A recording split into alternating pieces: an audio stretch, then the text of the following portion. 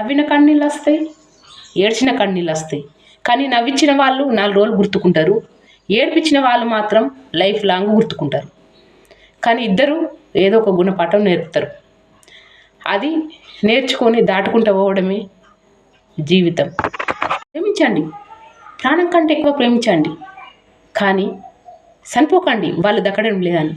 చనిపోతే మనం ఇంట్లో వాళ్ళు ఎంత బాధపడతారు అది గుర్తుంచుకోండి. ఎందుకంటే మీరు వాళ్ళు ప్రేమించకపోని వన్ చేయలేడు చేయండి, వాళ్ళని దరుచుకుంటే ఉండండి. ఎందుకు చనిపోతారు? ఏదో ఒక రోజు వాళ్ళకి తెలియదా ఇంత మంచి వాళ్ళని, అమ్మాయి అయినా అబ్బాయి అయినా ఇంత మంచి వాళ్ళను మిస్ చేసుకున్నా అని వాళ్ళకి అర్థం కదా. అప్పుడే వాళ్ళకి బాధ. కాళ్ళు వేళ్ళు కట్టుకుంటే వచ్చే ప్రేమ ప్రేమ కాదు, ఇక్కడి నుండి రావాలి ప్రేమ. ప్రేమించండి, ప్రాణం కన్నా ఎక్కువ ప్రేమించండి.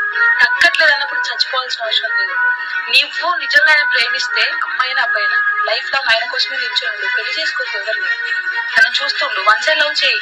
నీకు అయిన ఇష్టం ఉంటుంది, తనకు నువ్వు అంటే ఇష్టం లేదు కానీ నీకు తనంటే ఇష్టం ఉంది అనుకో, హ్యాపీగా ఇలాగే ఉండు. తనను తలుచుకుంటే ఏదో ఒక రోజు నాకు అర్థమవుతుంది కదా, అప్పుడు తను ఫీల్ అవుతాడు కదా, మీ అమ్మాయి ఎంత మంచి అమ్మాయి మిస్ అవ్వాలి. నేను అనేది అది ఒక్కరు చెప్పచ్చు గారు, మన కాళ్ళు ఎవరు పట్టుకుంటూ వచ్చే ప్రేమ ఎప్పటికీ ఉండదు. వాళ్ళకి ఇక్కడ నుంచి వచ్చేది వస్తేనే ప్రేమ అది ఉంటుంది. నేను నీతో ఏం మాట్లాడలేదు, కార్తీక్ మాట్లాడుతున్నాను. అవునవును, పెద్ద ఇండియా పాకిస్తాన్ మ్యాచ్, మళ్ళీ దాన్ని డిస్టర్బ్ చేయటం. మీ అన్నయ్యకి ఉద్యోగం వెళ్ళలేదా? ఇంకా ట్రై చేస్తూనే ఉన్నాడు. ఊళ్ళే పాల వ్యాపారి ఉండేవాడు. ఎన్నిసార్లు చెప్పినా కానీ ఊరోళ్ళందరికీ నీళ్ళ పాలే పోసాడు. చాలాసార్లు మందలిచ్చారు, మందలిచ్చినా కానీ అలాగే పోసిండు. పోస్తే బళ్ళన్నీ గుంజుకొని ఆ ఊళ్ళోళ్ళందరూ ఆయనతో వెళ్ళగొట్టారు. వెళ్ళగొడితే చాలా బాధపడుకుంటా పోయేటప్పుడు ఒక చెట్టు కింద స్వామీజీ కనబడ్డాడు. కనబడితే ఆ స్వామీజీ దగ్గరకు పోయి చాలా బాధపడుకుంటా, స్వామీజీ నాకు పాలమ్ముకొని బతకడం తప్ప నాకు ఏది రాదు, నేను ఎట్లా బతకాలి ఇప్పుడు అని బాధపడతాడు.